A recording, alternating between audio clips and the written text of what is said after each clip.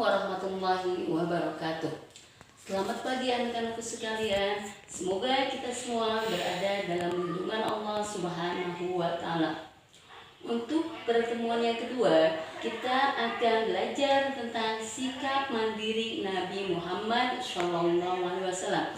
Sebelum pembelajaran dimulai, mari kita berdoa terlebih dahulu.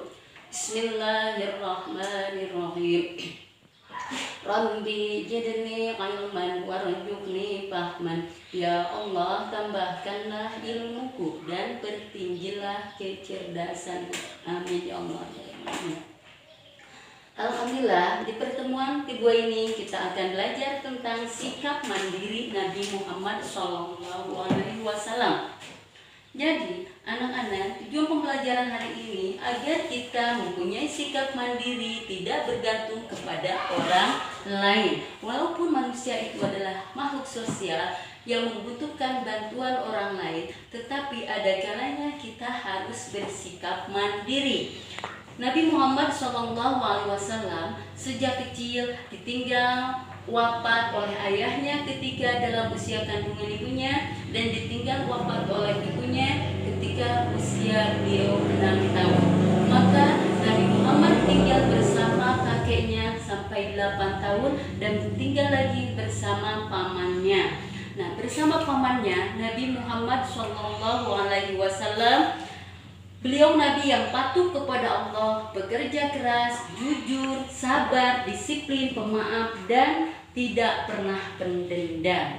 Nah, untuk itu sikap Nabi Muhammad dari sikap mandiri ini patut kita teladani, yaitu tidak bergantung kepada orang lain. Jadi tetap mau berusaha.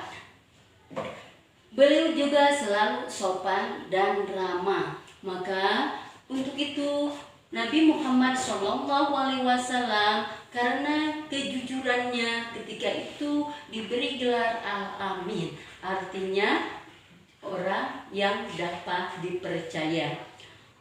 Anak-anakku sekalian, Nabi Muhammad SAW mempunyai 4 sifat. Yang pertama adalah sifat sidik, kedua amanah, 3 tabligh, 4 patonah.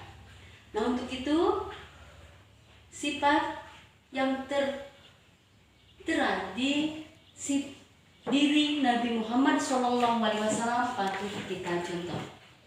Ayo kawan, coba jawab, sifat Rasul ada berapa? Ada 4 itu jumlahnya. Marilah kita sebutkan. Sifat sidik artinya benar, amanah dapat dipercaya, sifat tabligh menyampaikan, patonah cerdas artinya.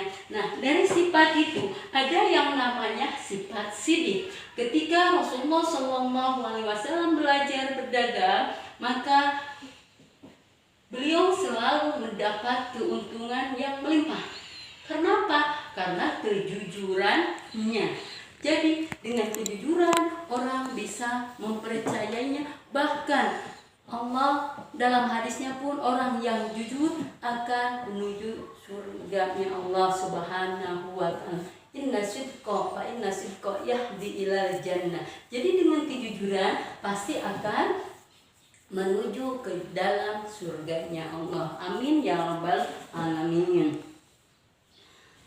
Sewaktu itu Nabi Muhammad SAW ikut berdagang bersama pamannya ke negeri Syam.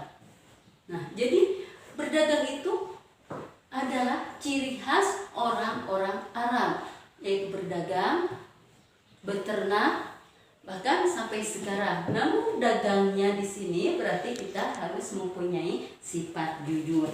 Nah, kembali ke materi. Jadi mandiri Nabi Muhammad SAW. Contoh, ketika kalian sudah belajar atau insya Allah kalau masuk tatap muka sekolah, kalau mempunyai sifat mandiri, gak usah ditunggu sama orang tua. Yakin bahwa kita mencari ilmu itu adalah suatu kewajiban yang akan menuju kita ke jalan yang selamat dunia akhirat. Karena Rasulullah SAW dalam hadisnya, thalabul ilmi faridatun ala kulli muslimin wal muslimah. Menuntut ilmu itu wajib bagi setiap muslim laki-laki dan muslim perempuan. Nah, untuk itu, jadi kalau kita merasa wajib menuntut ilmu, jangan berleha-leha karena waktu tidak akan kembali lagi ke belakang.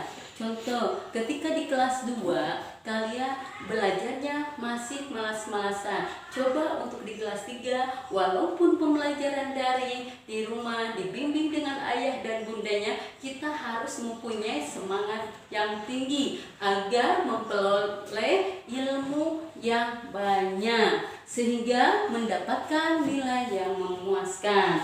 Mungkin penjelasan dari Ibu cukup sekian tentang sikap mandiri Nabi Muhammad SAW.